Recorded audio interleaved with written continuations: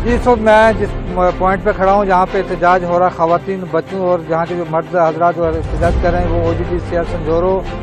जो प्लांट है उसके खिलाफ जहाँ पे एहतजाज कर रहे हैं। बता दूँ कि संजोरो ऑयल प्लांट जो है जहाँ पे 10 साल से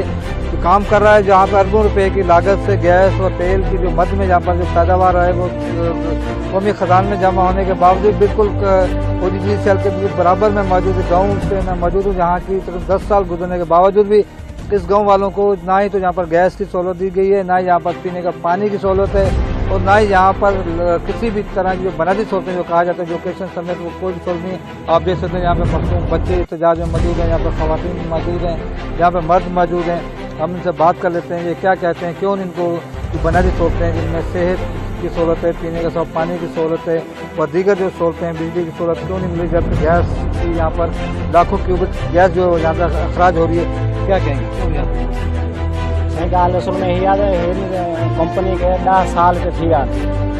लॻे खे। अॼु ताईं 10 सालनि में धुएं में असीं वेठा आहियूं, धप में असीं वेठा आहियूं, बदबू में असां वेठा आहियूं। असांजा ॿार बच्चा वॾा पोढ़ा सभु बीमारी में हींअर वठिजी चुका आहिनि। असां त हिन कंपनी असां सां को बि अॼु ताईं को तावन न कयो आहे, न गैस न बिजली न पानी जो साफ़ पानी पीअण जे लाइ बि मिसाल त इंसान जो ख़ासि करे साफ़ पानी पीअण जे लाइ हूंदो आहे, उन जे लाइ त असां जी क्या कहेंगे बाबा जी तकलीफ़ आहे, गैस बदबू आहे, बीमारी आहे ऐं पानी न आहे, पानी माना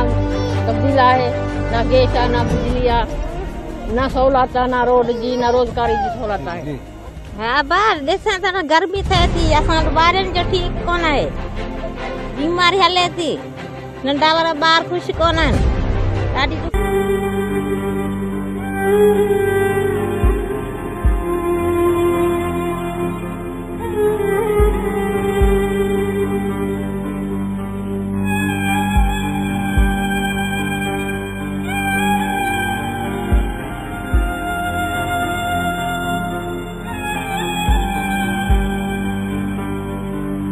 जैसा कि आपने इनका एहतजाज सुना, इनका ये कहना था कि गैस